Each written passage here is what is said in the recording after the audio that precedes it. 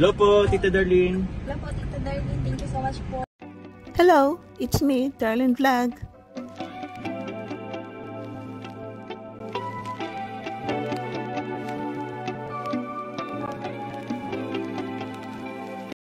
Hello mga ka-love teams dito sa Kalingap, mga ka-chumkar, kumusta na po kayo? This is Darlene Vlog.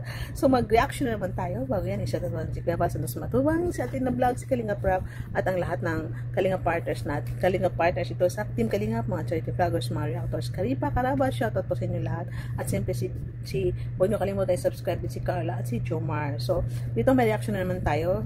Dito sa beneficiary ni Kalingap Rap na si Andrew. Kung naalala po niyo si Andrew, ito yung batang nakahiga na for 13 years, namatay ang kanyang kapatid. Sa first vlog, binisita nila Kalingap Rap. Kung naalala niyo, mahaba ang kanyang buhok, hindi siya bumangon. Pangalawang vlog is yun, bumangon na siya, napilit nila Kalingap Rap bumangon, ginupitan ng buhok, liniguan. So, nagsasalita na siya, nalagi niya nasabi ang pagod, gusto niya ng nurse, gusto niya magpulis. So, yun nga po, na-vlog nila Kalingap Rap, binigyan ng ayuda. So, dito sa pangatlo, binisita naman ng Kalingap Hagibi Squad, sila Kalingap Rap kasama itong mga keyboys, no? Mga body-body ni Kalingap Rap dito sa kanyang channel. Binisita naman nila si Andrew. Naabutan nilang nakaupo. Pwede po pumasok dyan? Diba ng bahay. Ito kayo magulat sa atin yun. Ay, hindi naman yan. Rap. Tulog siya. Nadala ko naman ng pagkain. Mabubuot man niya, Totoy. Bro, kaibigan kami. Oo, mahanap tayo. Isasama ka namin, ha? Anong pangarap mo? Maligit pa yata. 12 years. Baka bata pa siya. 12 years. Tapos ilang... Taas kiligilay. 1, 2, 3. At ito nga, sabi nila na magbihis ka na dahil aalis tayo, pupunta tayo sa doktor. Pero ang sagot niya, gusto ko nurse, police, ay ako kasi pagod ako, pahinga lang ang gusto ko. Ay sabi nila, mamasyal tayo, punta tayo sa Jollibee, ayaw niya talaga tumayo, parang pinilit siyang tumayo, ilinabas siya, ayaw pa rin niya umalis, no? Parang nagkikipagpatintero siya, pero walang lakas na makikipagtulakan siya. Parang ang sabi lang niya, ayaw ko, pahinga lang ang gusto ko. Pero umiiyak ang nanay niya, paano rin yung paano umiyak ang nanay niya? Kasi naawa siya sa anak. At ito nga, nagmamakaawa sa anak na, Tuy, sige na Tuy, sama na po tayo, punta tayo sa doktor. So, panoorin po ninyo ang nanay. Tayo sa labas lang. Bawal na. Tara. Hindi pwede. Paano namin? Tara bro. Ayaw ko nga. Sama natin sila. Mag-interview lang. Marami pa. Wow! Hindi ka mapapagod dyan. Nice. May sasakyan baga kita. Ma-Jollibee lang kita. Yay! Ayos! Jollibee na lang. Para gusto ko talaga. Ayan po, kung mapakita niyo yung nanay, no, nung parang naiiyak na siya, tinititigan siya ng anak, parang naawa siya, no. Ang gusto sabihin niya sa nanay niya, pahinga ka po, hindi ka po mapagod. Pinapaupo niya ng nanay niya, pahinga ka na po. Pero wala sila magawa, kundi na isama pa rin ito si Andrew sa dahit. Pumunta sila kay doktor. Parang last week ata ito, no. Nung pagdating nila sa doktor, wala yung doktor. Wala siya, sabi daw Friday. So, itong Friday ata, no, baka binalik. Today is September 28, July 28 ngayon. So, baka nung Friday na ibalik na. So, sana no, na ibalik.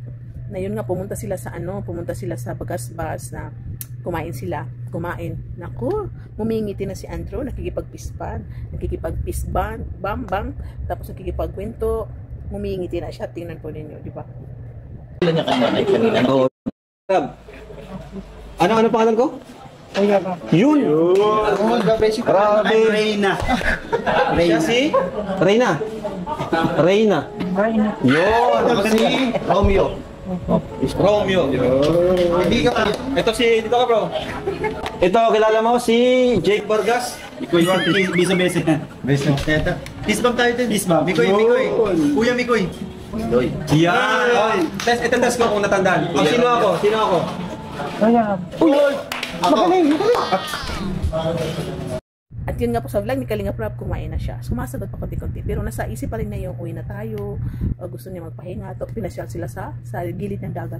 Nakita niyo ba kung paano siya kumapit sa nanay niya? Talagang inaalagaan niya ang nanay niya. Hindi ibig sabihin na siya ay nagpapahawak. Parang hawak niya ang nanay niya. Pero nakaganon siya. No? Tara siyang nakayoko. Gano'n.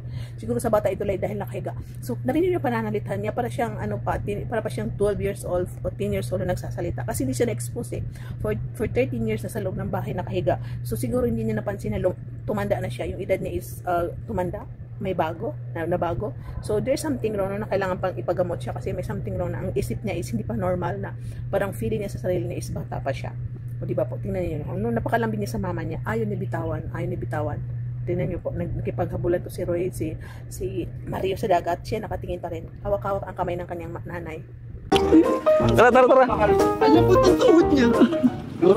Alright! Di ba, tinan mo yung dagat oh. Pagmasdan niyo yung dagat, napakaganda. Di yan, Di ba? Dagat, ano yan, nagsisimbolo yan ng panibagong pag-asa at peace, kapayapaan. Di ba? Itong dagat na to, tandaan nyo itong araw na ito, ha? Na nandito tayo. Pangako nyo sa sarili nyo na gagaling ka na. Diba? Pero mawin na tayo, maano lang tayo dito, kulitan. Gusto mong tumakbo? Ayan o, tinan mo si Beshi o. Malalim po yan eh. Ha? Babaw lang yan. Marunong ka ba maglangoy, Andrew? Hindi, ayun. Sa mababaw lang po. Ha? Sa mababaw lang. Babaw lang, dito lang tayo. Diyan lang o. So yun nga mga Kalingap, natapos na umuwi na sila. So nakakatuwa po dahil ito marami pa rin natutulungan si Kalingap Rab. Ito si Andrew na sana mabago ang buhay, mapagaling, madala sa doktor, gumaling na siya, bumalik na siya sa normal na buhay. Kasi ang batang ito is, lagi siya na pa ganun. So kailangan niya ma-expose sa labas, kailangan niya mapagamot para ma-feel ng bata ito na binata na siya, 20 plus na siya, 28 ata. So kung hindi siya matorokan, feeling niya bata pa siya, pakinggan niya ang pananalita niya, parang feeling 10 years old pa siya, na gusto niya magpahinga, pagod siya, dawi siya magsalita is parang bata. Kasi may something na na-delayed dahil matagal siya nakahiga na sa loob ng bahay. Hindi niya napansin na bagong buhay na more than 10 years na ang buhay. So hindi niya alam na malaki na siya, binata na siya. So sana ito si Kalingap Rab hindi siya mapagod, tuloy pa rin yung support niya pag-channel niya, pag-vlog niya sa mga charity niya, kasi marami pang kumakapit kay Kalingap Rab na para sa kanila ay si Rab ang makakapagbigay sa kanila ng magandang buhay, mapabahayan sila, no? Alam naman ito si Kalingap Rab marami siyang beneficiary, tinutulungan na mapabahayan sa pag-aaral, mga ayuda, pa-doktor. So sana ito si Kalingap Rab ay huwag mapagod. Normal na mapagod siya dahil dito sa maraming bashes anti Kalingap, kung ano-ano pa binabasa mga Kalingap Angel, kaya napapagod na si Kalingap Rab. So sana huwag siya sumoko. Kagaya ninyo, huwag kayo sumoko. Tuloy pa rin ang support niyo sa Kalingap. Yung pagmamaraton niyo, pag-subscribe niyo sa itong mga kasamahan, no? Para makabigay pa tayo ng ating tulong sa Kalingap sa Alan din pa. So thank you po. Huwag niyo iwan ang Kalingap, no? Tuloy-tuloy ang pagmamaraton, mag-subscribe sa mga channel, subscribe sa mga vlog, mga reactors or charity vlogger dito sa Kalingap, at yung nga po, huwag kayo mag-skip. So thank you po, see you in my next reaction video. Bye for now and God bless and keep smiling everyone. Mga Kalingap, suportahan natin Darlen Vlogs YouTube channel. Please subscribe. Mga karaba, mga Kalingap, mga kajoker atin ang samahan. Reactor na maaasahan, siya si Darlen Vlogs. Sa Kalingap Radyo Balitaan, atin siyang nasisilayan. Mabuti na kaibigan, solidong Kalingap niya. Siya ay matulungin sa kapwa, mga reaksyon niya'y kahanga-hanga. Siya si Darlen Vlog, samahan natin. Mga Kalingap, halika na't samahan natin siya. Darlen Vlog sa kanyang channel, samahan natin siya. Mahusay na reactor kasama sa balitaan, lalong-lalo na sa joker kanyang sinuportahan. Mga Kalingap, suportahan natin Darlen Vlogs.